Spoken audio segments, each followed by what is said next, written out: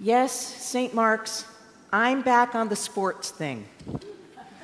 Because is God dancing that the New York Knicks won the NBA championship after 53 years?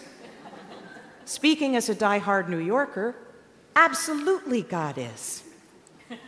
But is God mourning for the San Antonio Spurs, having lost the basketball championship when they held double-digit leads in every single game, but still lost to the New York Knicks 4-1? It depends, right? Or maybe, just maybe, God can't win. We Knicks won the game and you mourned for the Spurs. We Spurs lost the game and you danced for the Knicks. This is what it's like with Jesus, comparing a crowd around him to children in the marketplaces in today's gospel. He's calling out the hypocrisy of finding fault with whatever doesn't go along with your situation or mindset. Because for Jesus in his day, as it is today, no matter what, the critics are determined to be dissatisfied.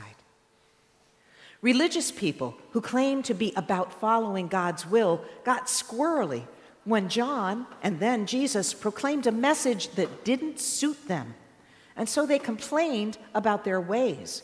God can't want us to follow a weird ascetic like John and fast. But also, God can't want us to follow this challenging Jesus because he eats and drinks indiscriminately with people we don't even like. So then I ask you, if God can't win, how are we supposed to win? The answer may lie in what winning means. Because as much as life can seem like a competitive sport, where it's very American to quote, second place is the first loser, Jesus came and showed us that we're not here to compete with each other, and especially not here to compete with each other for God's favor. We're all here as God's beloved children to love God and to love each other. Of course, culture tells us otherwise and always has. If the goal is that we, whoever we are, have got to be the best, well, that means that we have got to designate people to be better than. On this weekend in particular of celebrating being an American, which I do, we still are also in the midst of a tremendous cultural reaction against any reality check that says we're not necessarily the best at everything, or reckoning with the ignominy in our history and our present, alongside the things that we hold dear. And now, not to overdo the sports talk here today, but so many Americans are watching the Soccer World Cup, and so are getting a glimpse of the bigger world than we might normally be used to seeing on television and at our sporting events. And in that coverage, a striking realization has gone viral here, that the United States is the only country among the 48 competing teams in the 2026 FIFA World Cup without universal health care. The world is shocked, and I have to say is doing some pointed and hilarious mocking of us, that the wealthiest nation in the world can have some 27 million uninsured citizens. We, in turn, in this wealthy nation, are shocked that these countries that we're better than manage to do it. Now, this is not to argue the fine points of healthcare's real costs and if how they do it works well in actuality or why they can or can't and we don't. It's just to say, if your general worldview is that you are better than everyone, recognize that the world's view may not exactly match yours. And so, what the gospel today brings to us is Jesus' view. It's not a nationalistic view or a dogma-specific view, but an all-encompassing view where better than is not the point. God did not come among us to lay out a set of creeds. God came to transform our lives.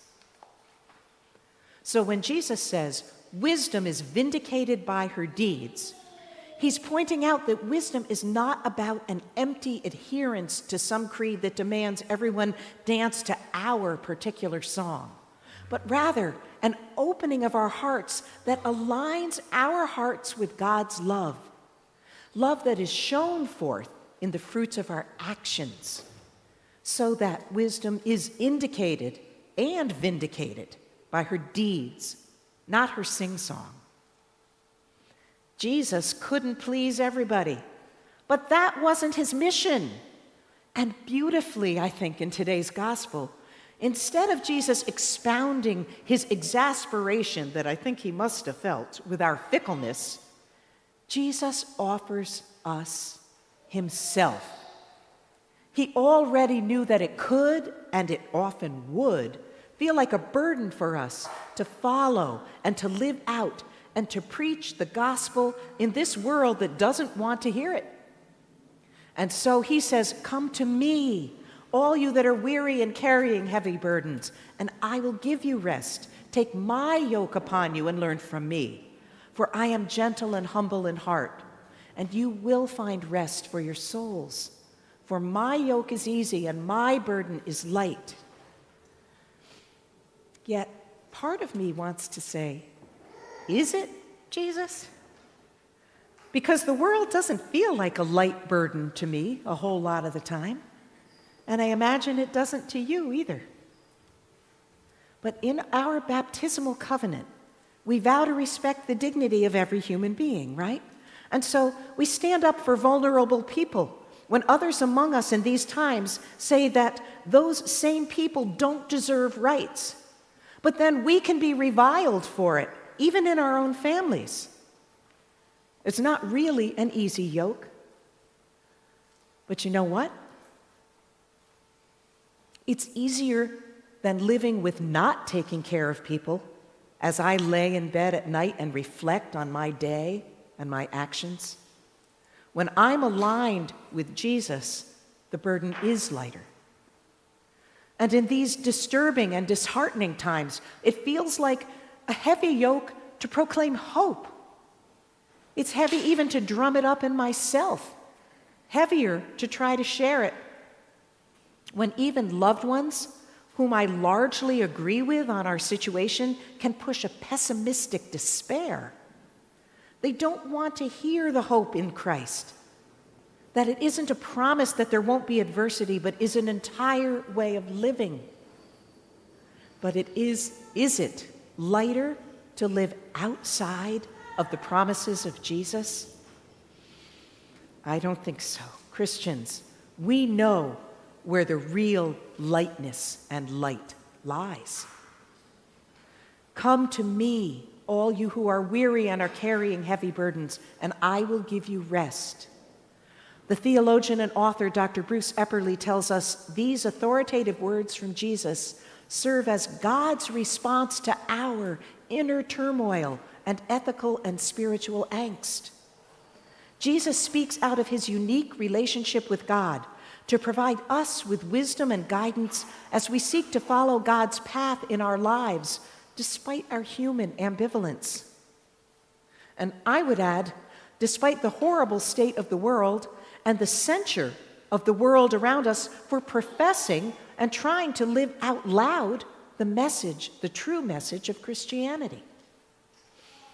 In today's gospel, Jesus names the tension of people expecting God to dance or to mourn to their preferences and never be satisfied. And he doesn't squirm or try to get out of it. He knows the critics will always find something to whine about and will always be looking for something to condemn. And Jesus doesn't let this impede his mission or shade his promise. Come, follow me. Come, I am here for you. So we hold to it. It's not a promise that life will not have adversity. I appreciate Jan Richardson's words on this. Perhaps what Christ meant is not that walking with him is uncomplicated, but rather that when we focus on our relationship with him, the road opens before us with less resistance and less striving on our part. She makes a point that struck home for me when she wrote, "The truth is, we always yoke or bind ourselves, however subtly, to something. People, places, habits, possessions, beliefs, ways of being in the world. What or whom are you yoked to right now? Do these connections deepen you or deaden you? Do they draw you closer to Christ or farther away from him? Do they connect you with power, freedom, and choice that God gives you? Or do they diminish your power and freedom and choice? How might Christ be inviting you to live and work in closer relationship with him?" That's a challenging question and full of hope, too. And I remind myself that invitation from Jesus may not look just like the package I'm expecting or thinking that it should be. Jesus promises us, "Come to me, all you that are weary and are carrying heavy burdens, and I will give you rest." But Christians, once we catch our breath, we're sent back out to do Christ's work in the world. And we can do it because we know Jesus is with us on this journey, and we are journeying with Jesus. We don't dance to the world's tune in the marketplace. We listen to the Spirit beckoning, "Come to me. Come rest in me." And then get busy.